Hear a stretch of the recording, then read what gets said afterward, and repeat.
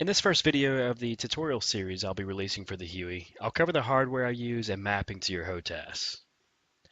I'm currently using a CH Fighter Stick and a CH Pro Throttle along with a Track IR.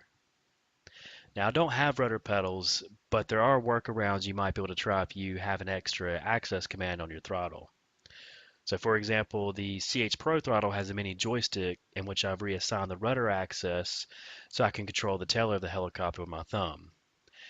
While it might not be quite as accurate as pedals due to the shorter travel distance, which makes it slightly more twitchy and sensitive, with some practice I've gotten used to it. So if you don't have rudder pedals but you do have a free access on your throttle you can use, I'd recommend trying it out before you go and spend a few $100s on some pedals. With the hardware out the way, let's hop into mapping some of the controls you might need for the Huey. First, click on the Options gear at the top, and then go to the Controls tab and select the UH1H Sim from the dropdown. First, let's assign the access commands. Now, every one of these rows is what you have plugged into your computer. So it'll pick up your mouse, keyboard, joystick, throttle, rudders, and whatever else you might have plugged into your computer. So if you see anything that DCS World picks up, like this gamepad controller I have plugged up, go ahead and unplug it or clear them out so it doesn't interfere with your joystick and other controls during flight. So to assign the access controls, just double click on the box, and in this case we're assigning the collective. Move your throttle forward and back, and it picked it up as Joy Z, then click OK.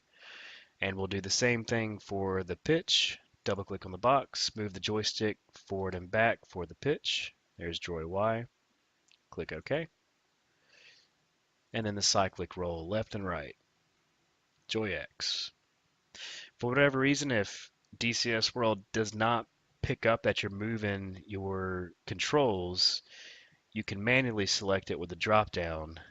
But if you do it that way, just make sure that once you've set it, you move whatever control you were assigning left and right or forward and back, and you can see this bar moving indicating what position that control's in, so you know it's working.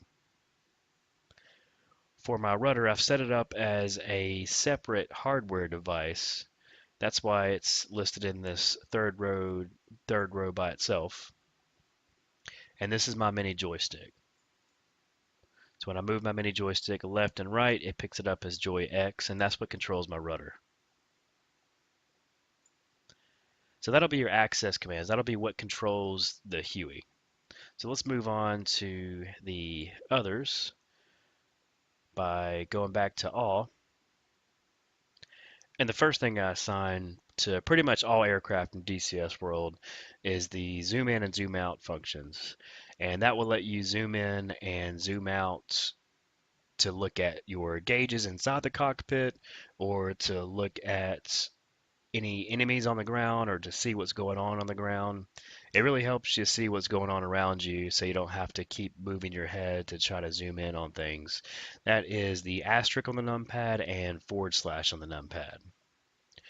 Now for the rest of the controls on the Huey, since it's such an old aircraft, there's not a whole lot of technology put into it. So realistically, you really don't have to map anything to it. You can do most of the stuff on the keyboard, but there are some things that can make your life easier so you don't have to take your hands off the joystick or throttle and click around the cockpit while you're flying.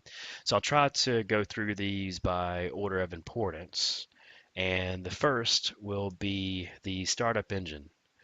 That's home on the keyboard. That'll start up the engine and rotors when you're starting up the aircraft, and that is assigned to my joystick.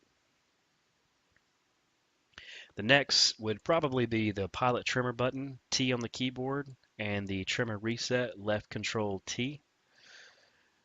Next would be the governor, G on the keyboard.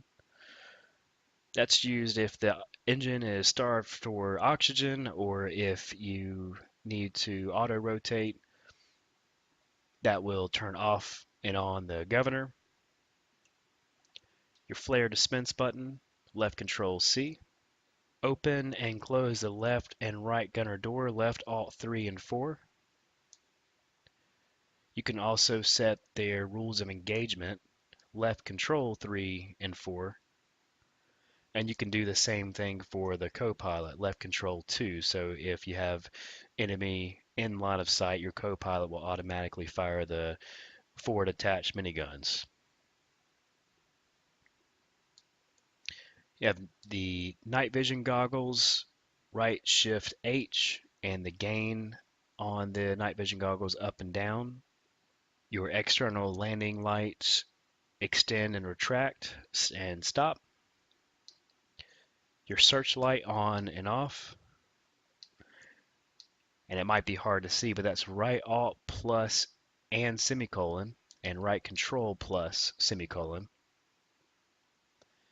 Then your searchlight extend, right, left, retract. Your gun selector switch up and down. That'll select between your minigun and the rockets. Increase turbine and decrease turbine. Increase turbine was right control page up.